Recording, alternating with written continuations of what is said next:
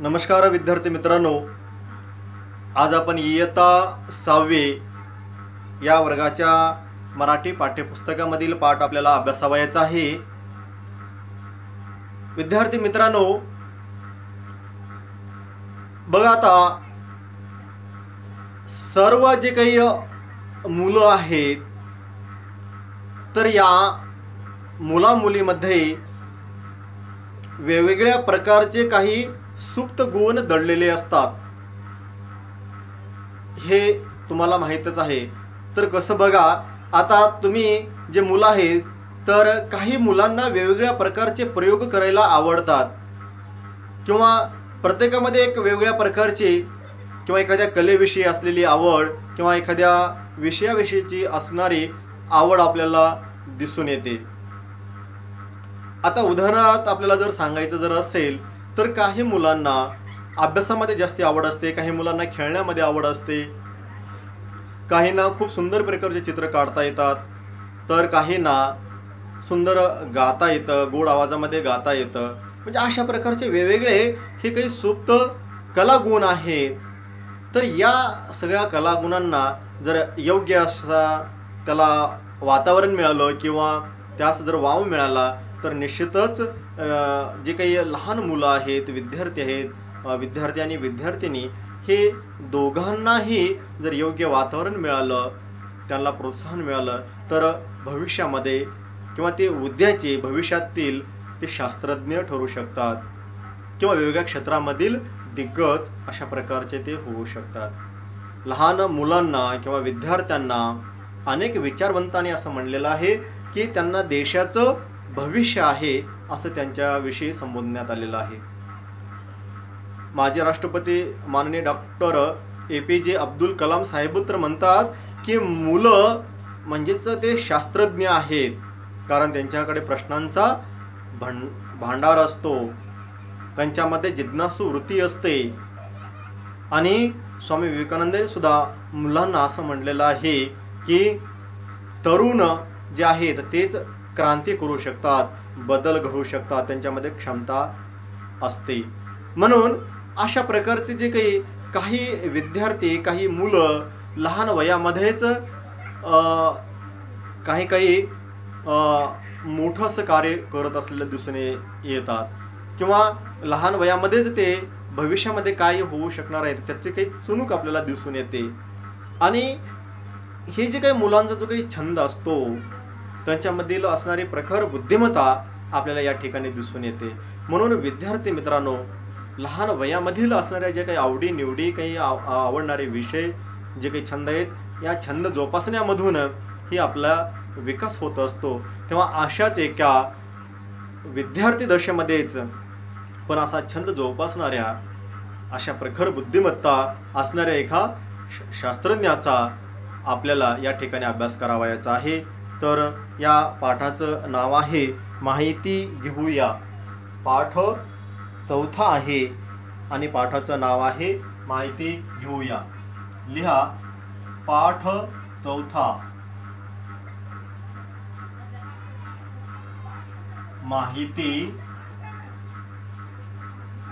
माहिती घेऊया, माहिती घेऊया, अशा प्रकारचा हे पाठाचं नाव आहे।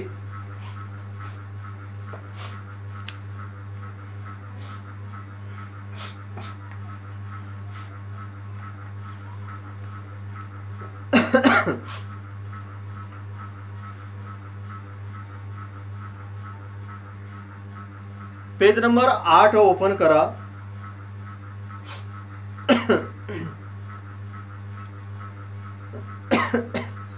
पेज नंबर 8 वरती बघा।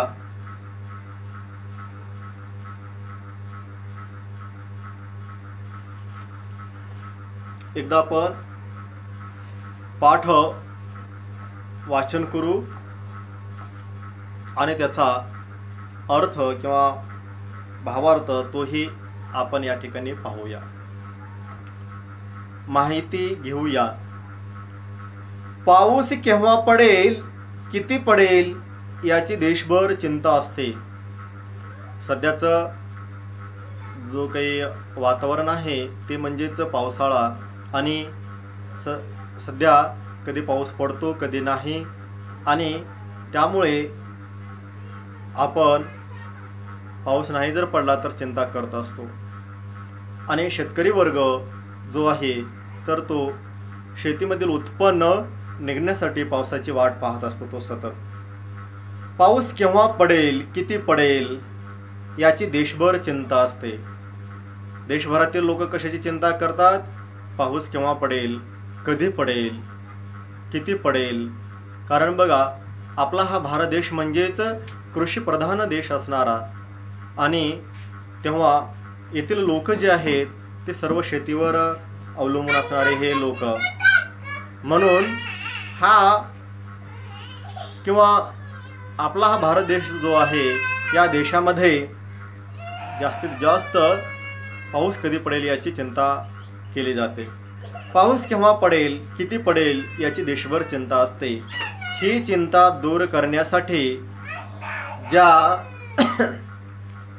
दूर करण्यासाठी ज्या संशोधकाने मान्सूनच्या अंदाजाची नवी पद्धत शोधून काढली, त्यांचे नाव डॉक्टर वसंत गोवारीकर.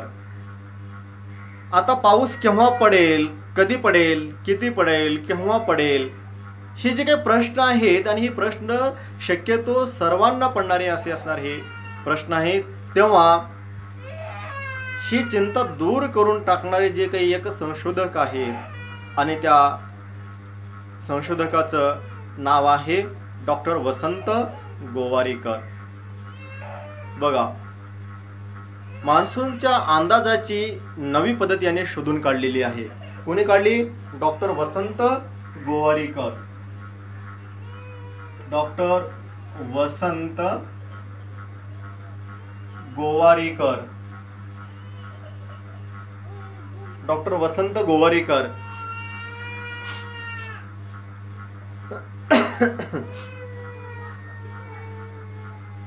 डॉक्टर वसंत गोवारीकर यांनी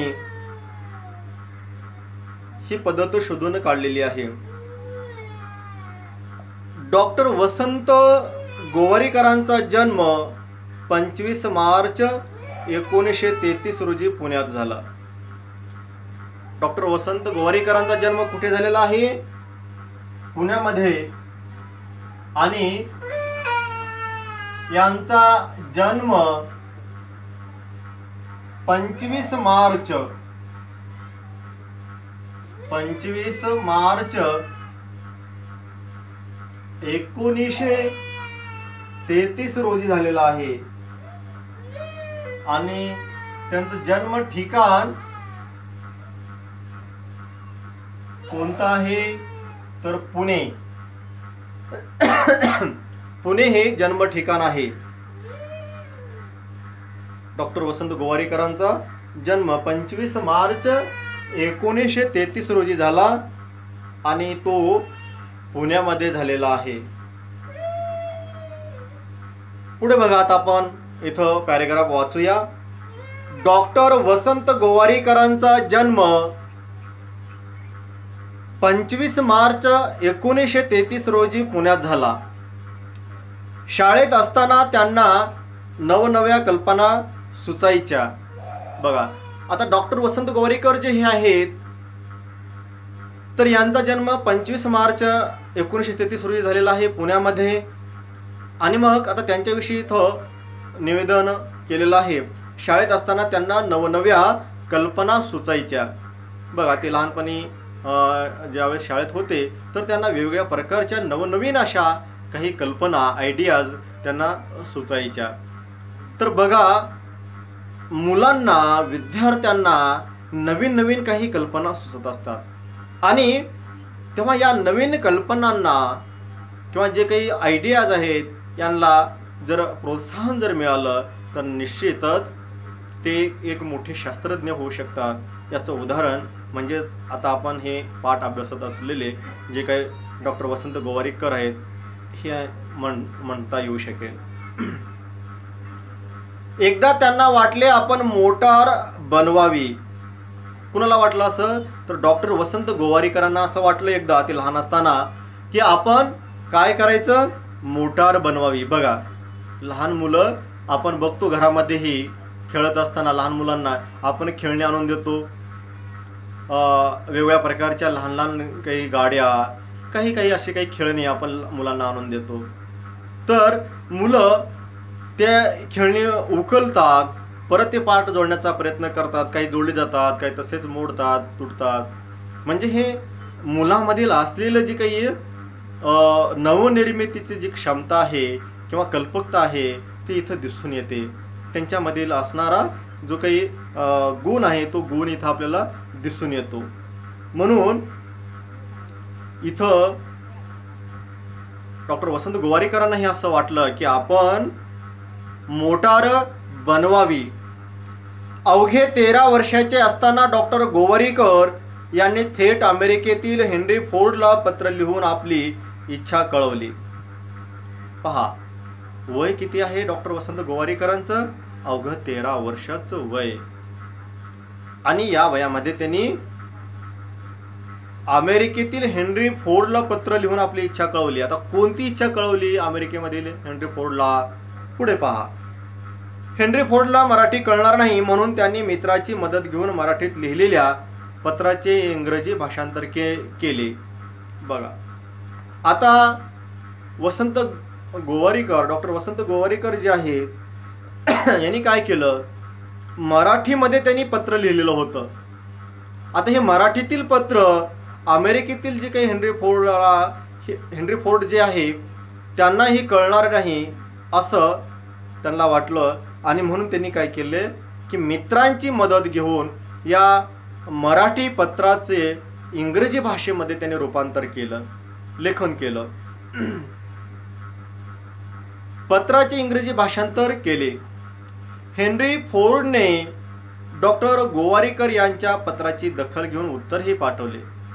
बघा, अवघं 13 वर्षाचं वय आणि त्यांनी अमेरिकेतील हेनरी फोर्डला पत्र लिहिलं आणि त्या पत्राची दखल हेनरी फोर्डने घेतली आणि परत डॉक्टर वसंत गोवारीकर यांना त्या पत्राचं उत्तरही त्यांनी पाठवून दिलं. म्हणजे हे बघा, अवघं लहान वय, 13 वर्षाचं वय असणारं, म्हणजे त्यांचं कर्तृत्व किंवा बौद्धिक क्षमता, बुद्धिमत्ता कशा प्रकारची होती हे यावर आपल्या लक्षात येऊ शकतं.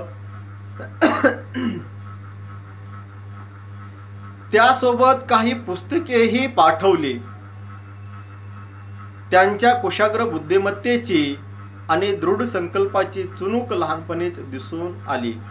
बघा, आता हे डॉक्टर वसंत गोवारीकर यांच्या व्यक्तिमत्वाची इथं विशेषही इथं स्पष्ट करण्यात आलेले आहेत. कोणते? तर बघा, हेनरी फोर्डला डॉक्टर वसंत गोवारीकर यांनी जे काही पत्र लिहिलं त्या पत्राची दखल घेऊन त्यांना उत्तर पाठवलं आणि त्यासोबत काही पुस्तके सुद्धा हेनरी फोर्डने पाठवलेली आहे. आणि यावरून त्यांच्या कुशाग्र बुद्धिमत्तेची, म्हणजेच डॉक्टर वसंत गोवारीकर यांची बुद्धिमत्ता कशी होती? कुशाग्र, म्हणजे अत्यंत प्रगाढ अशी असणारी ही बुद्धिमत्ता, अत्यंत हुशार, चपलक, टॅलेंट ज्याला आपण असं म्हणूया. तर त्यांच्या कुशाग्र बुद्धिमत्तेची आणि दृढ संकल्प म्हणजेच एखादी कार्य करणारच हा असणारा ठाम विश्वास, यास दृढ संकल्प असं म्हणलं जातं. म्हणजे एखादी कार्य करण्यासाठी निश्चित करणे आणि ते कार्य पूर्ण करण्यासाठी प्रयत्न करणे, त्यास दृढ संकल्प असा शब्दप्रयोग इथं केलेला आहे. त्यांच्यामध्ये असणारी कुशाग्र बुद्धी, अत्यंत तेज असणारी बुद्धी, कुशाग्र बुद्धिमत्ता आणि दृढ संकल्प याची चुणूक लहानपणीच दिसून आली. आता चुणूक दिसणे म्हणजे ते ओळखून येणं, त्याचं ते बुद्धिमत्ता दिसून येणे, अशा प्रकारचा इथं शब्दप्रयोग आहे.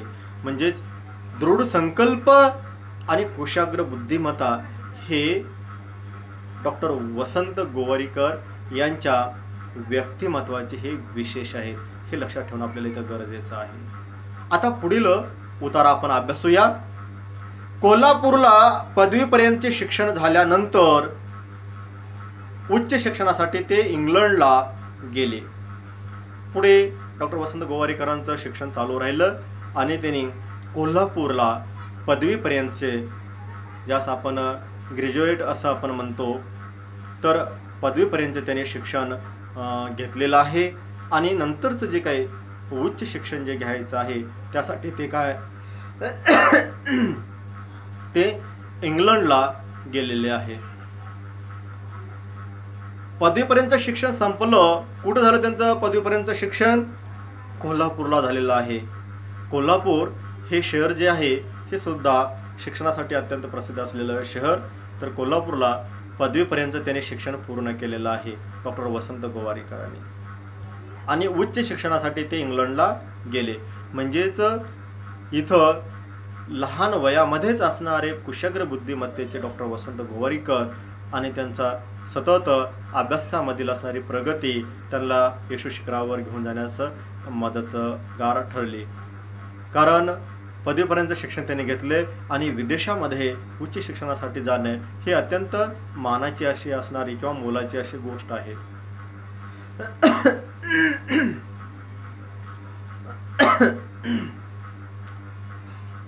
बर्मिंगहॅम विद्यापीठात त्यांनी रासायनिक अभियांत्रिकी विषयात संशोधन केले. कोणत्या विद्यापीठामध्ये? बर्मिंगहॅम विद्यापीठात, युनिव्हर्सिटीमध्ये त्यांनी रासायनिक अभियांत्रिकी विषयात संशोधन केले. कोणत्या विषयामध्ये केलेलं आहे? रासायनिक अभियांत्रिकी विषयामध्ये त्याने संशोधन केलेलं आहे.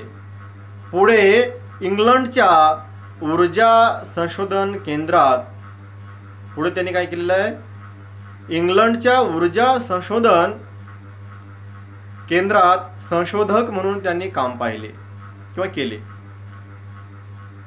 बर्मिंगहॅम विद्यापीठामध्ये त्यांनी रासायनिक अभियांत्रिकी विषयात संशोधन केलेलं आहे. रिसर्च ज्याला आपण म्हणतो, तर त्यांनी रासायनिक अभियांत्रिकी या विषयामध्ये त्यांनी संशोधन केलं. पुढे इंग्लंडच्या ऊर्जा संशोधन केंद्रात संशोधक म्हणून त्यांनी काम केले. नंतर काय झालं? हे शिक्षण पूर्ण झाल्याच्या नंतर पुढे इंग्लंडच्याच ऊर्जा संशोधन केंद्रात ते संशोधक म्हणूनही त्यांनी काम केलेलं आहे. लास्टचा शेवटचा असणारा जो काही पॅरेग्राफ आहे तो बघा. विद्यार्थी मित्रांनो, की जो विद्यार्थी अत्यंत विनयशील वृत्तीने आणि चिकाटीने जो अभ्यास करतो तो निश्चित यशस्वी शिखरावर जातो. त्याचं उदाहरण म्हणजे डॉक्टर वसंत गोवारीकर हे आहे. त्यांनी विदेशामध्ये जाऊन सुद्धा शिक्षण त्यांनी घेतलेलं आहे किंवा विदेशात जाण्याची त्यांना संधी मिळालेली आहे. म्हणून आपण हे अभ्यास आणि चिकाटी अशा प्रकारचं करणं गरजेचं आहे. शेवटचा असणारा उतारा जो आहे तो पहा. विक्रम साराभाई यांच्या आग्रहामुळे 1967 साली ते भारताच्या अवकाश संशोधन केंद्रात रुजू झाले. विक्रम साराभाई यांच्या आग्रहामुळे, विक्रम साराभाई यांनी आग्रह केला डॉक्टर वसंत गोवारीकर यांना आणि त्यांच्या आग्रहाखातर म्हणून 1967 साली ते भारताच्या अवकाश संशोधन केंद्रात रुजू झाले. भारताचं असणारं जे अवकाश संशोधन केंद्र आहे यामध्ये त्यांची नेमणूक करण्यात आली किंवा ते रुजू झालेले आहेत, त्यांची अपॉइंटमेंट झाली. घन पदार्थातील ऊर्जा या विषयाच्या संशोधनासाठी त्यांच्या पुढाकाराने नवा प्रकल्प सुरू करण्यात आला. घन पदार्थातील ऊर्जा घन पदार्थ किंवा घन पदार्थातील ऊर्जा या विषयाच्या संशोधनासाठी त्यांच्या पुढाकाराने नवा प्रकल्प सुरू करण्यात आला. त्यांच्या पुढाकाराने म्हणजे त्यांनीच यासाठी पुढाकार घेतलेला आहे आणि त्यांच्याच मार्गदर्शनाखाली हा जो काही प्रकल्प आहे तो सुरुवात करण्यात आलेला आहे. भारताच्या विज्ञान क्षेत्रात त्यांनी केलेली कामगिरी फार मोठी आहे. भारत आपला जो देश आहे, आपल्या भारत देशाच्या जो काही विज्ञान क्षेत्र जे आहे, या विज्ञान क्षेत्रामध्ये त्यांनी केलेली ही जी कामगिरी आहे, ही कामगिरी खूप मोठ्या प्रकारची असणारी ही कामगिरी आहे. आणि अग्निबाणाच्या मोटारीकरिता घन इंधन बनवण्याचे तंत्र त्याने विकसित केले. बघा किती मोलाचं कार्य डॉक्टर वसंत गोवारीकर यांनी केलेलं आहे. अग्निबाणाच्या मोटारीकरिता घन इंधन बनवण्याचे तंत्र त्याने विकसित केलेलं आहे. अग्निबाण ज्याला रॉकेट वगैरे असं आपण म्हणूया, तर अग्निबाणाच्या मोटारीकरिता घन इंधन बनवण्याचे तंत्र त्याने विकसित केलेलं आहे. म्हणजेच लहानपणापासूनच अतिशय कुशाग्र बुद्धिमत्ता असणारे, अभ्यासवृत्ती असणारे डॉक्टर वसंत गोवारीकर यांची जी काही चिकाटी आहे अभ्यासामधील आणि जे सातत्यपणा आहे, यामुळेच ते यश शिखरावर गेले आणि विदेशात जाऊन सुद्धा खूप मोठ्या प्रमाणावर कार्य त्यांनी केलेलं आहे. आणि आपल्या देशासाठी त्यांचं जे काही योगदान आहे ते अत्यंत मोलाचं आहे. हे आपण या पाठाच्या अनुषंगाने इथं अभ्यासलेलं आहे. तर या पाठावर आधारित काही प्रश्न आहेत. ते प्रश्न जे इथं खाली स्वाध्याय म्हणून दिलेले आहेत, ते प्रश्नही तुम्हाला सोडवायचे आहेत. तसेच काही होमवर्कसाठीही मी तुम्हाला इथं प्रश्न देणार आहे, ते तुम्ही होमवर्कमध्ये लिहावयाचे आहेत. तर HW साठी काही प्रश्न इथं लिहून देतो, ते लिहून घ्या.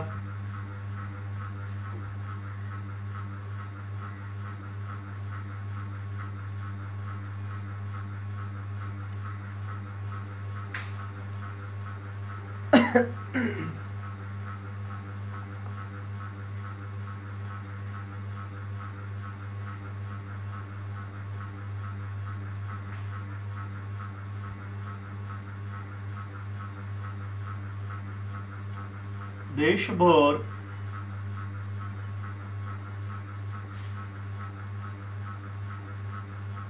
कशाची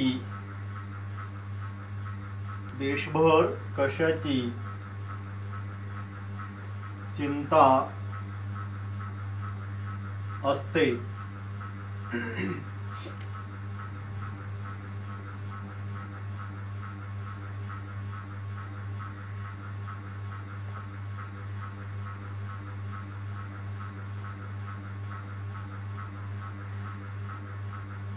दुसरा प्रश्न, मान्सूनच्या अंदाजाची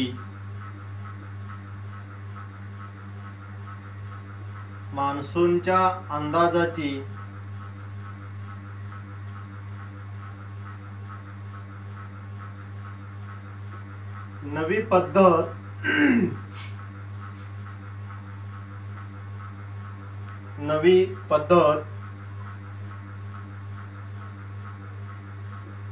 कोणी शोधली?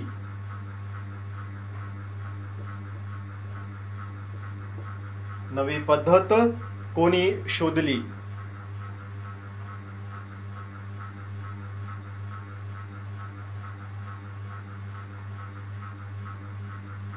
तिसरा प्रश्न लिहा, डॉक्टर वसंत गोवारीकर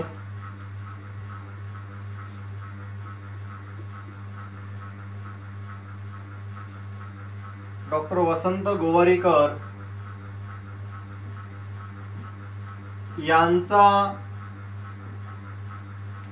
जन्म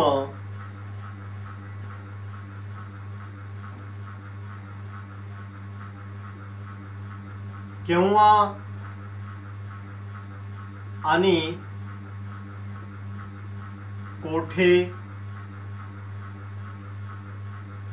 झाला?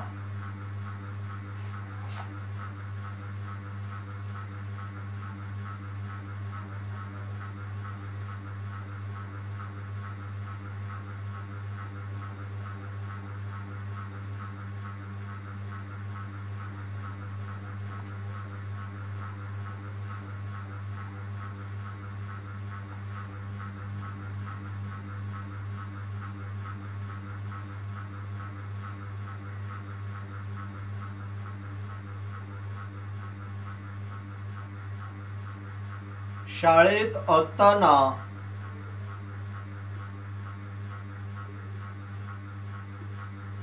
गोवारीकरांना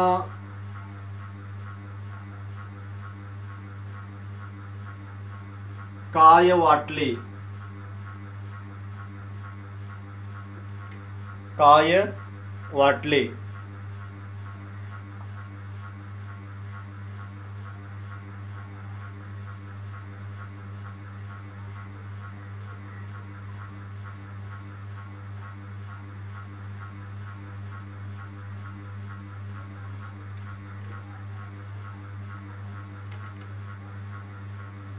गोवारीकर 13 वर्षाचे असताना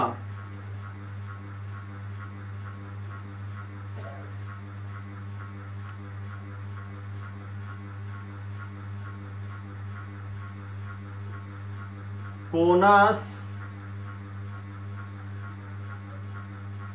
आणि का पत्र लिहिले?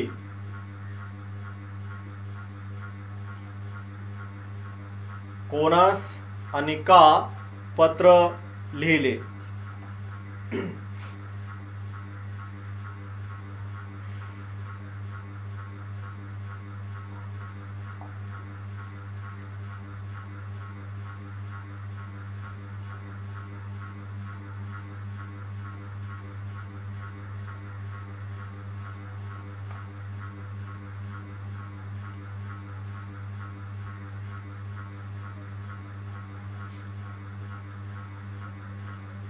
हेनरी फोर्डने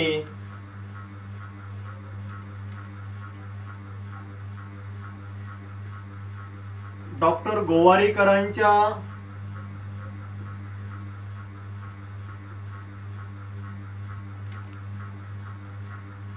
पत्राची दखल कशा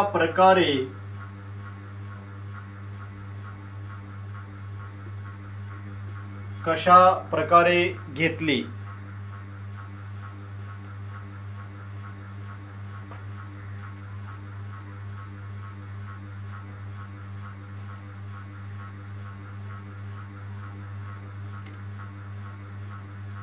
डॉक्टर वसंत गोवारीकर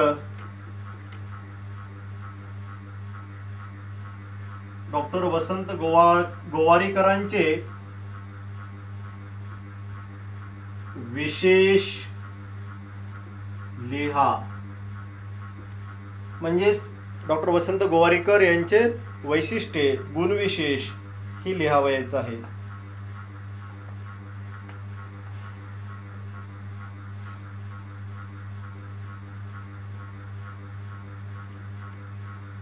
डॉक्टर गोवारीकरांचे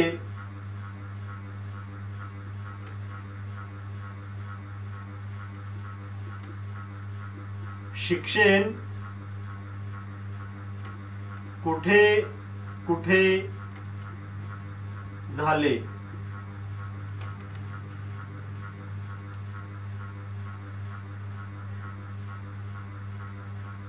कुठे कुठे झाले?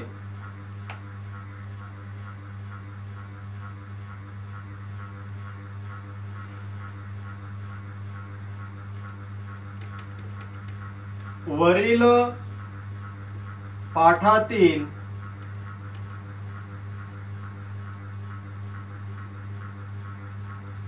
दोन सामान्य नामे लिहा.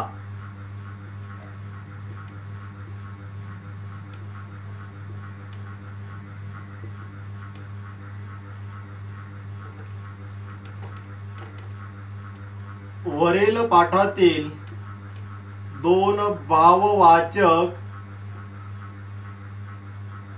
नामे लिहा.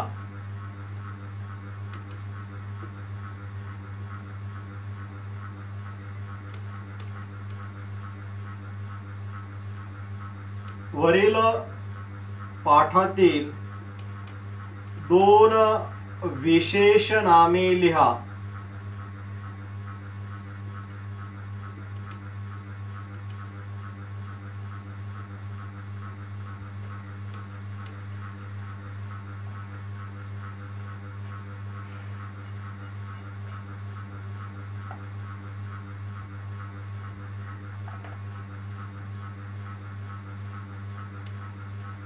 शेवटचा प्रश्न सोमत.